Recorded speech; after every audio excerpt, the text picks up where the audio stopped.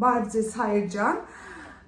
նորից բարև ձեզ, այսօր ես նկարեցի մեր տներից մոտակա գտնվող Բայերլե մյուզեյումը,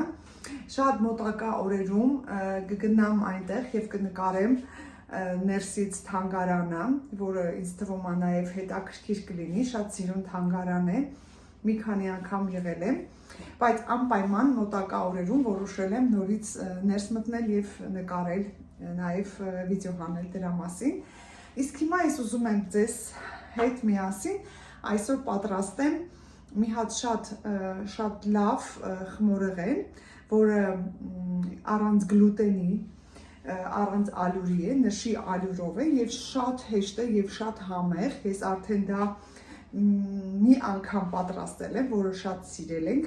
և ուզում եմ ձեզ այդ բաղադրատոմսը ցույց տամ։ Դե բարի դիտում, սարքում եմ ես բեզեն, ուրեմն վերցնում ենք մի պտկունց աղ,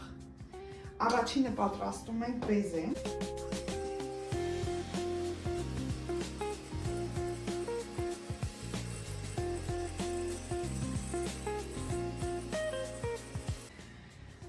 ուրեմն արդեն մեր բեզեն պատրաստ է, այս բեզեին ավելացնում ենք, ես արդեն նախորոք առանձնացրել եմ, այսպես կանեմ, այսպես։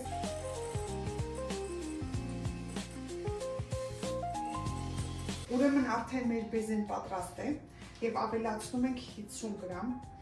նշի ալյուր, այսպես, և թույլ խառնում ենք։ Այնպես, որ մեր բեզեն, ոնց են ասում, այսպես գեղեցիկ մնա, որովհետև սա գալու է, դնելու ենք, լցնելու ենք խմորեղենի մյուս մասայի վրա, դրա համար մեզ պետք չի, որ մեր բեզեն, ոնց են ասում, մնա այսպես գեղեցիկ,